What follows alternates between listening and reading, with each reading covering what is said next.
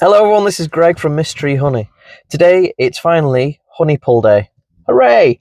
We've been spending all year building up to this point, building the colonies up as much as we can, dealing with queenlessness, breeding new queen bees to fill hives, just doing everything we can throughout the year to try and get to the stage where we're going to start producing honey. Now, I've got a fair few supers to harvest today, and there's going to be a few supers that aren't quite there yet, which I'll probably take off during my inspections next week. But the main pull is going to happen today. I'm going to show you from collecting the supers at each apiary and taking them back to my loving wife, who's waiting there with bated breath to start the actual extraction process. I'll probably take over from her at some point when I've collected all the supers I can do from my apiaries. But other than that, it's just going to be a pretty easy day. Hopefully it won't be that long. I'm going to be doing my inspections tomorrow instead. So this may actually just be my short form. I don't know. Anyway, I'm going to get my suit on and crack on. So I'll see you in there. Bye. So as I mentioned before, my main aim today is just to go through just the supers and see which ones have honey and take them off.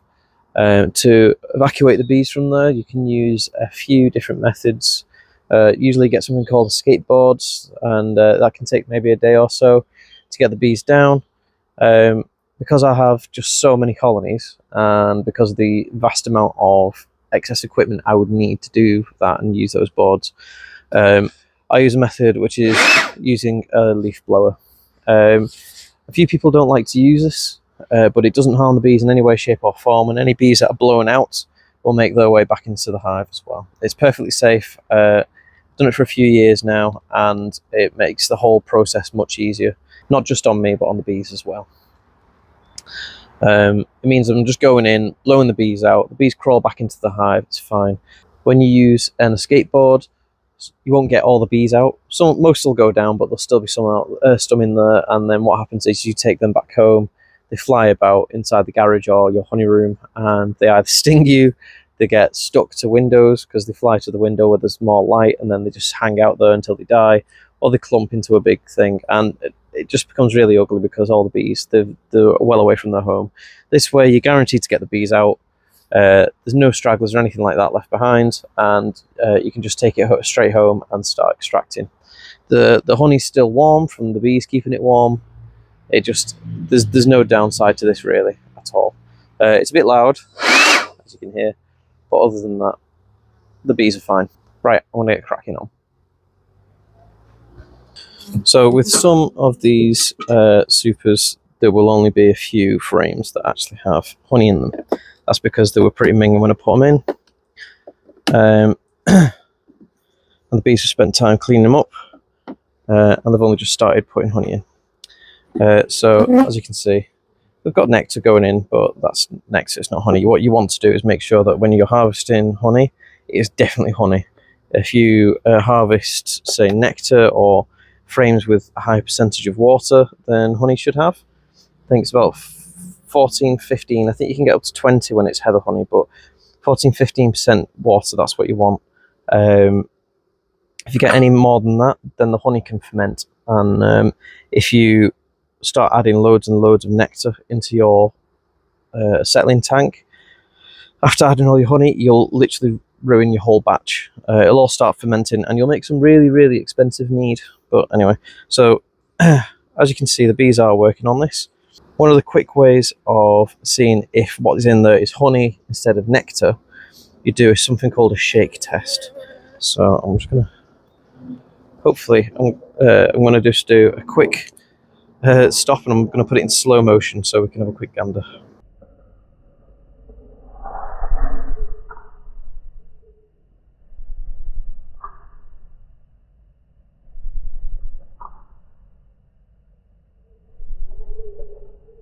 So as you saw then, nothing came out. There's still honey in there, so this is low enough percentage of water that it's stuck in those cells, even though I shook it quite hard. So what I'm going to do is I'm going to replace this frame with honey on it with another frame foundation. I've got a super over here that is half empty if I want to save any of these frames, so back in a sec. So what I'm going to do is, just because I need as much honey as I can really this year, it's been a really poor year for honey. I'm just going to go through, try and find as much honey as possible from some of these, shake the bees off, and then replace the frames. So shake the bees off, and then shake it again.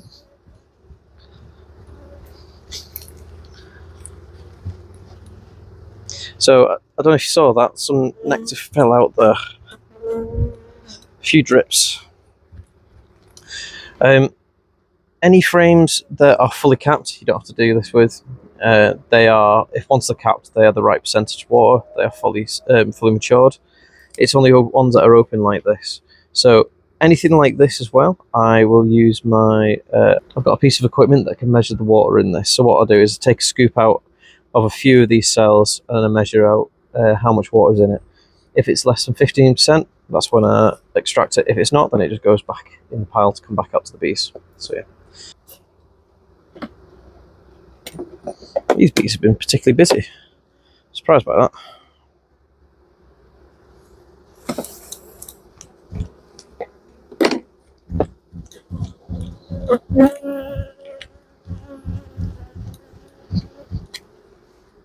There's one or two drips, but nothing too bad.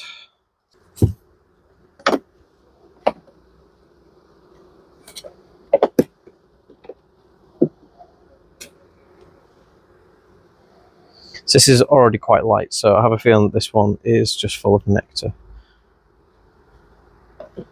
So what I'll do is I'll shake the bees off, I'll slow-mo it again just to show you what it looks like.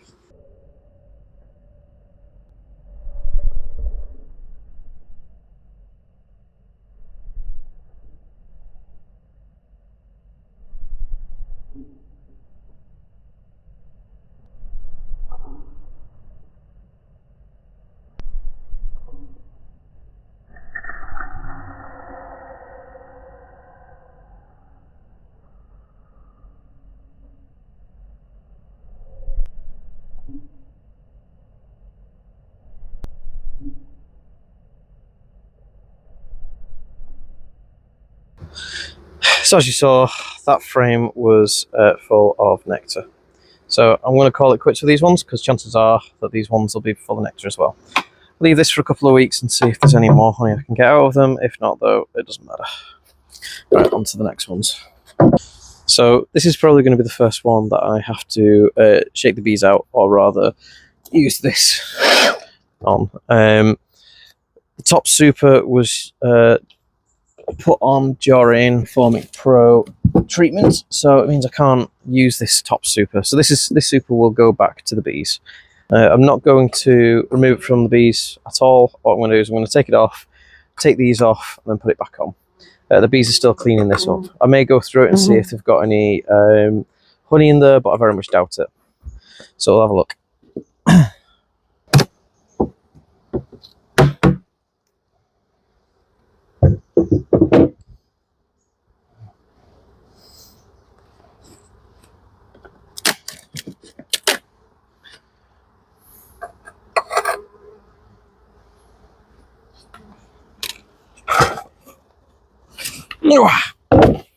Oops. Right, so move you over here. So these frames won't be fully capped yet. They were just in the cusp of filling them last time, at least this one anyway. This might be capped, but we'll see. What I'm going to do is I'm going to get the box off, I'm going to tilt it, and I'm going to blow any bees out with the leaf blower.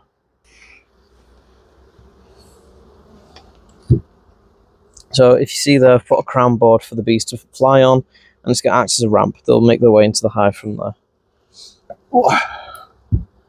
Just lean it against there until I put the side tool away.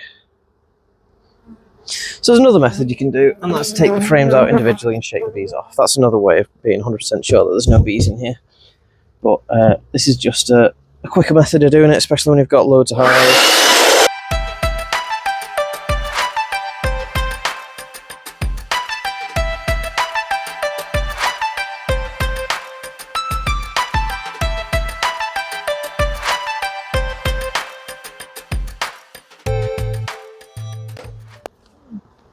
And there you are. Oh, it's empty. And we can move on to the next one. There's not actually a lot of bees in here. So as you can see, there's not a huge amount of bees flying out.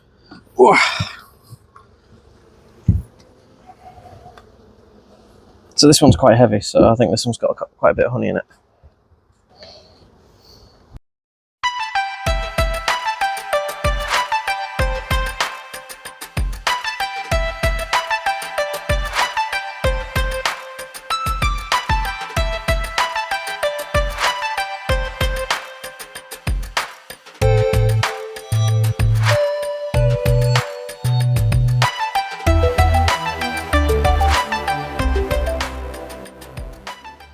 That's another one gone.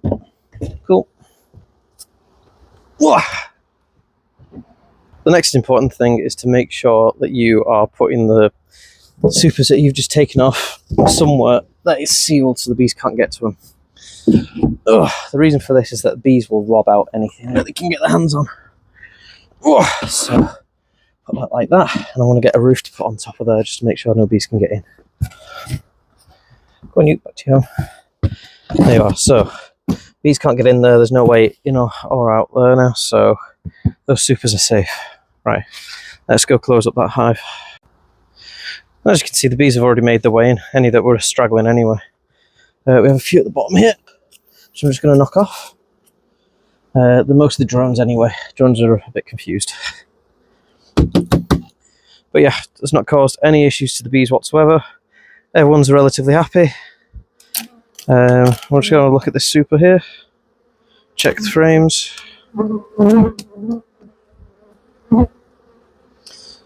So these frames look like they've got a bit of honey in. I'm going to take the queen excluder off now, and I'm just going to replace these frames. So they've already started capping this as well. So these last week looked like that. So that's incredible. So what I'm going to do is I'm going to shake the bees off, do the honey test because they're still open cells. Nope. Nope. Right. Push the bees off. So I think there's a few of these that are actually full of honey. So swap them out.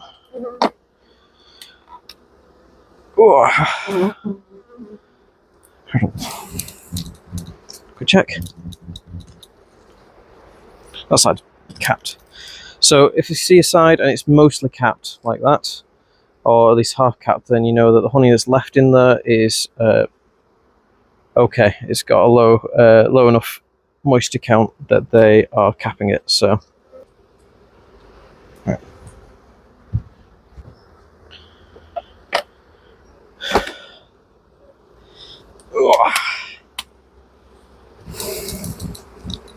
So that's the benefit of spacing your frames out. Once the comb is drawn, the bees will drag out the comb and store more honey in each of the cells, so it makes it much easier for extraction.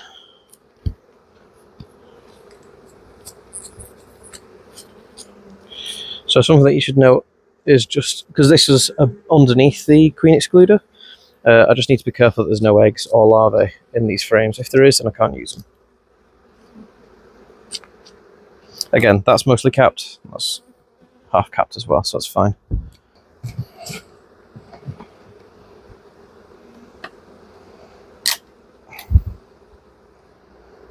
That's mostly capped, so I just need to shake the bees off. Remember, if you're brushing the bees, use your nails. I'll tell you that hint every time, because every time I use it. So this hive has a virgin queen running about. So she's probably not going to be laying anything anytime soon. Next week or so, so free reign. Let's have a look at these ones. Unfortunately, I think there's still enough of a flow. That's virtually full. Still enough of a flow that these bees will actually be able to draw out this foundation that I'm adding and fill up with honey probably. So I may do a late season harvest, but we'll see. don't know what this one's like. The edge frames aren't usually good. So this one is almost full on that side, but it's knackered frame, so I'm just going to leave it in, let them draw it out. So now what I want to do is any foundation frames I have, I'm going to push them up against each other like that. Oh, all of these frames are full of holes, so I'm just going to get some spare frames and put them in. Only these will fit. 2. There's enough room for a third. There's enough room for a third. Yeah, okay, so that's full super. What I'm going to do is, I'm not going to bother with the queen excluder, I'm just going to put this other super on top. So any honey that they produce now is their own.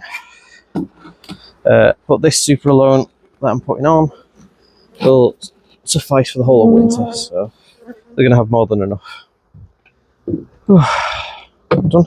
And now I've got a full super of honey just out of doing that with 2 hives. That's good.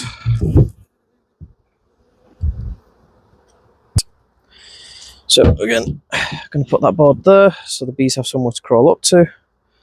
I'm going to move the smoker so I don't die of smoke inhalation. Oh, I need to put some grippy things here. Right.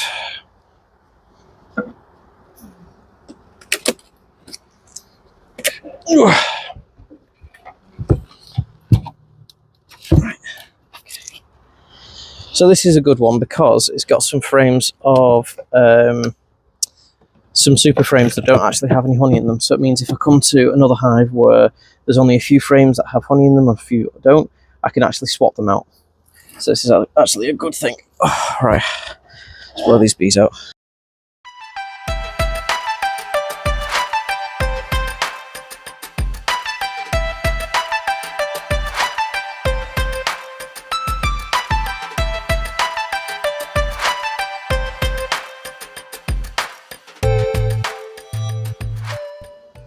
All right,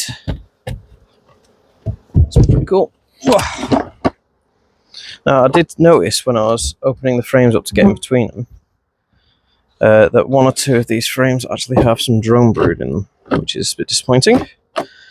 Yeah, because this frame has drone brood in it, I can't use this frame, but I can replace it with another one that does have honey in it, if needs be.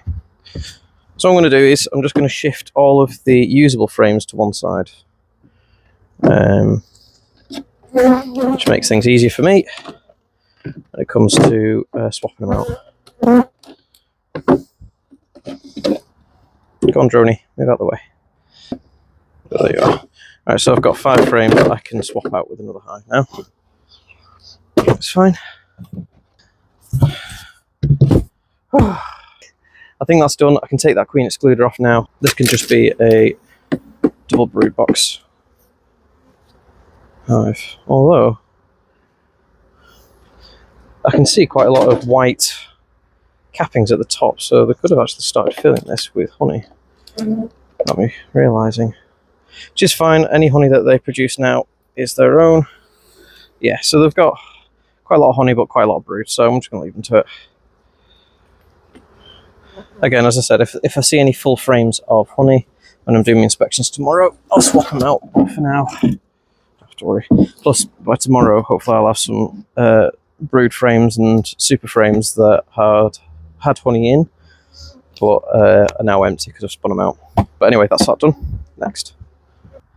Right, so I've got a brood box worth of frames, a nuke worth of frames, and 2 supers worth of honey as well. So I'm pretty happy with that, considering that I didn't actually want to get anything from here. So what I want to do now is use this nifty wheelbarrow to take these home and start the honey extraction process.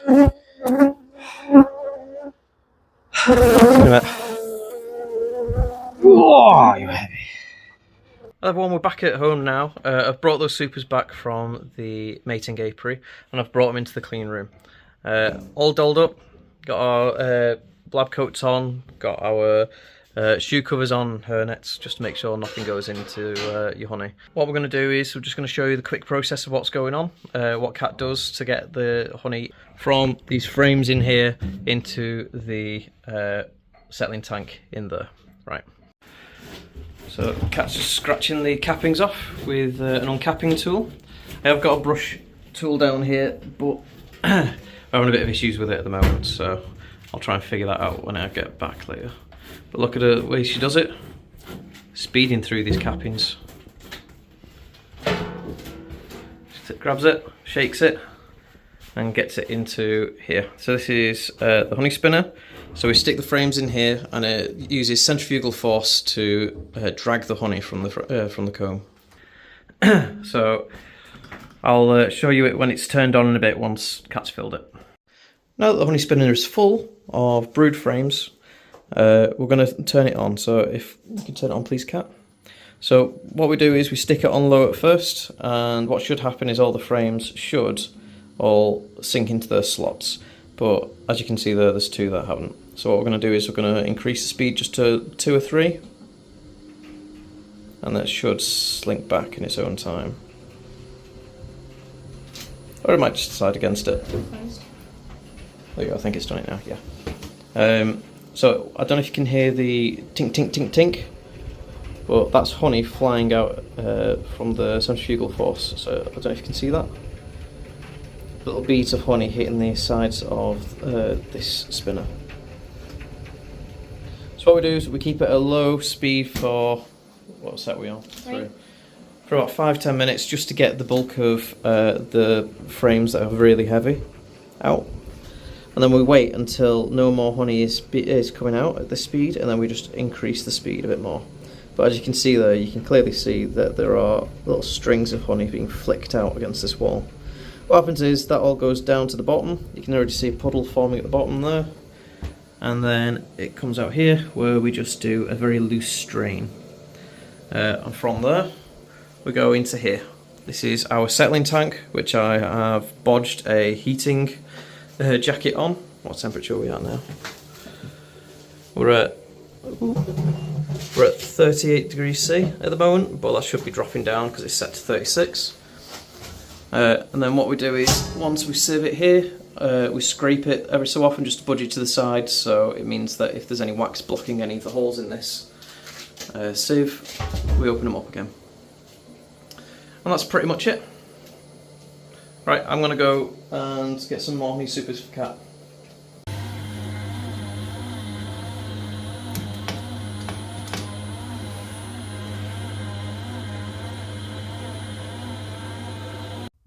Right, I'm back at the quarantine apiary. I'm going to take the honey supers off these few hives here and get back to Kat. I had to get out of there lest Kat stick me in the spinner, so I'm going to crack on now. Hope you enjoyed the video. If you liked what you saw, hit the like button. If you want to see more of this sort of content, please hit the subscribe button. Either way, I hope you have an amazing day and hope to see you guys soon. Bye bye. Hi guys. I thought I'd cut in to show you how this thing works. I finally figured it out. So this piece of equipment is a brush uncapper. So it's got these very hard bristles that spin around very fast, like so. Now, it's not super dangerous. I can touch it. It just hurts a little bit, you know, stings. But it's not dangerous. It can't do you any harm. But it's rough enough that it can bust through wax cappings. Now, when Kat was doing the uncapping before, she found it really difficult to use this because one, I can take a bit more damage than she can, and two, it was just hurting, and she didn't like the use of it. She thought it was a bit dangerous, so she went to the uncapping fork, like you saw, the yellow uncapping fork. But I decided that I was going to keep fiddling with it to try and figure out how you're supposed to use this thing. Now, I bought this from a bee farmer in Yorkshire because I was sick of scratching at the comb like that. I wanted something nice and easy, something quick that I can just go and then stick in the spinner.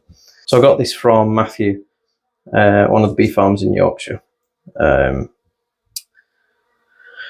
I didn't know how to use it. So what I've just done, I've just played around with it.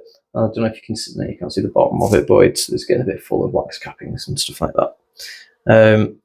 What I found is, instead of doing this, which is what I was doing, so I was putting it in this way. The issue with that is that the bristles catch your thumbs, which is what was hurting Kat when she was using it, which is why we stopped.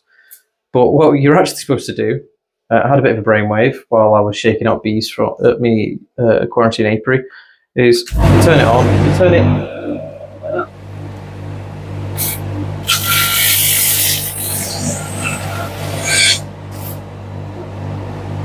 Isn't that easy? Right?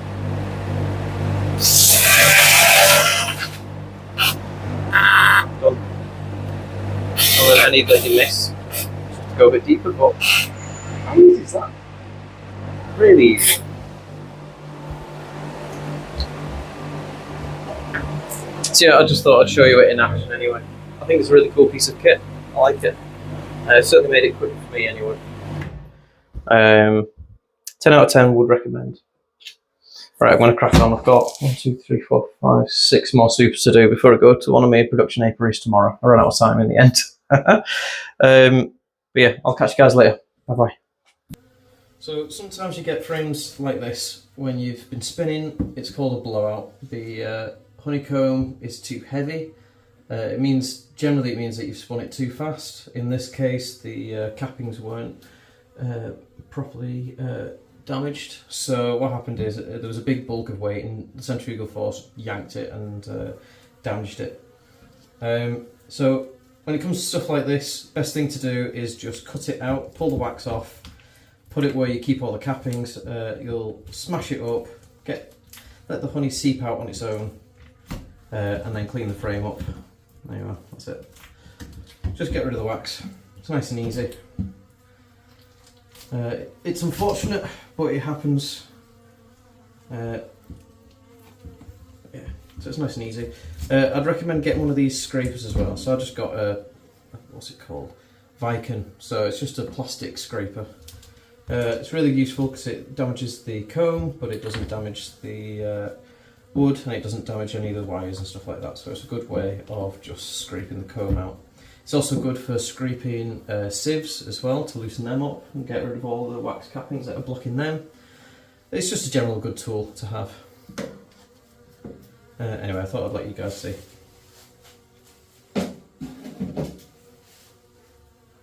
So at the end of the day, so it's about, I think it's about 10 o'clock, we tend to just do a little clean up. We've still got quite a few frames to spin out and uncap, but you need to make sure that you keep the area clean. Otherwise you're just dragging honey throughout the garage in my case, but you end up just dragging honey everywhere. And I think it's a good process just to make sure that you go around, wipe the floors down, make sure you pick up any wax, any honey that's on the floor, wipe down the surfaces, make sure that they're clean as well. Now we use a special sanitizer that's called Janix Multi-Surface. It's right there, so that's why I was looking. Janix Multi-Surface Sanitizer. I'll turn the camera around now and let you see. There we go. This is the stuff here. You need to make sure when you are doing your HACCP, when you're getting your food certificate, it needs to have this EN1276 certified sanitizer cleaner. It needs to have that because beforehand, before I started selling commercially, I was just cleaning it with a normal kitchen cleaner, and that wasn't good enough according to the EHO. So make sure that any cleaner that you have, whether it's for floors or surfaces or anything like that, has this on it, then you're alright. This is pretty easy stuff, so I tend to make up like a spray. It makes it a bit easier. Make sure that you, it's reversed, make sure that you make note of what's actually in here and where it's for, so that even though it's back to front for you guys, mirrored, it says Janix Cleaning and Sanitizing, 1 to 10 solutions. So I've got this spray bottle that has little graduations, so I don't know if you see that there. So all I do is fill it up to 1 to 10 mark there, and then I fill it up to the top line, and that's a perfect ratio for this. So on the front of it, it says spray 5 minutes, then wipe, because that's all you need to do with this Janix thing, is you need to spray it, wait 5 minutes, and then you wipe it away. And it sterilises the area, and it's also really good at getting rid of propolis as well. So it can be used, this stuff can be used in mops, it can be used in sprays, it can also be used just for wipes as well.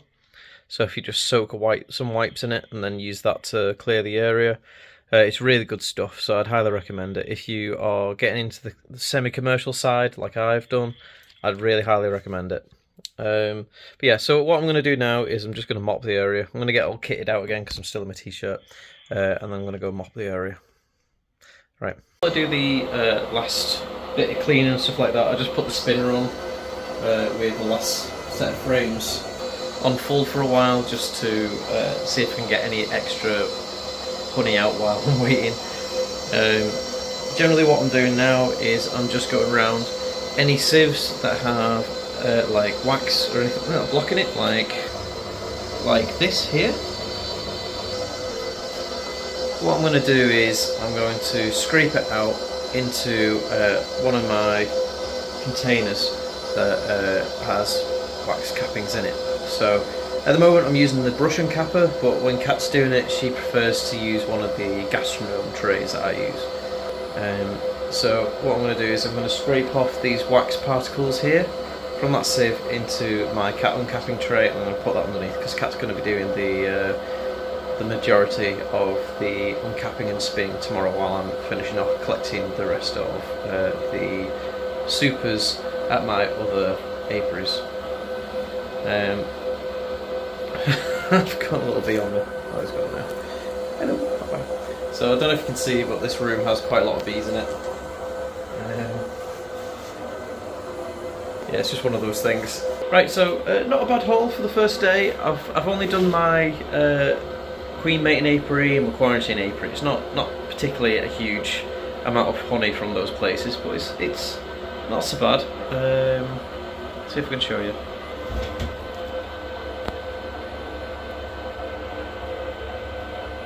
So we've got about, I'd probably say about 40 kilograms there. So yeah, it's not a bad haul, but it could be better. But anyway, I'm doing production apiaries tomorrow, so that should be a better haul. I think I've got about 2 supers per hive, with the exception of one apiary, which I've been showing you guys, where there's only been like maybe 1 super or a few others in some hives, and then there's been 1 or 2 hives that are like taller than me. So we'll see what I get from that one, but the other apiaries are doing okay. This brush uncapper that I've been using today has been great. You can see the honey and wax there, the levels of honey and wax. So there's the honey and there's the wax. And a few dead bees in there, unfortunately. But it's been doing a great job. I'll have to sieve that at some point, but for now it can just stay in the box. One issue I've found with this is that if you don't have some sort of backing there, as you can see, you get wax and honey sprayed up and down your wall, which is a bit annoying, to say the least. But it's work in progress. I'll work out the niggles. What I may do next season, I may get some perspex and set it up behind the actual sprayer so it actually sinks into the actual box itself. So it means it'll spray against that and then it'll dribble down. But that is for next year. This box in itself and the brush uncapper itself were brand new this year, so there's no point in rushing yourself. You find out problems, then you work on them for the next season. Right, I'm going to go ahead and finish off doing what I need to do here, and see you tomorrow. Hope you enjoyed the video. If you liked what you saw, hit the like button. If you want to see more of this sort of content, please hit the subscribe button. Either way, I hope you have an amazing day and hope to see you guys soon. Bye bye.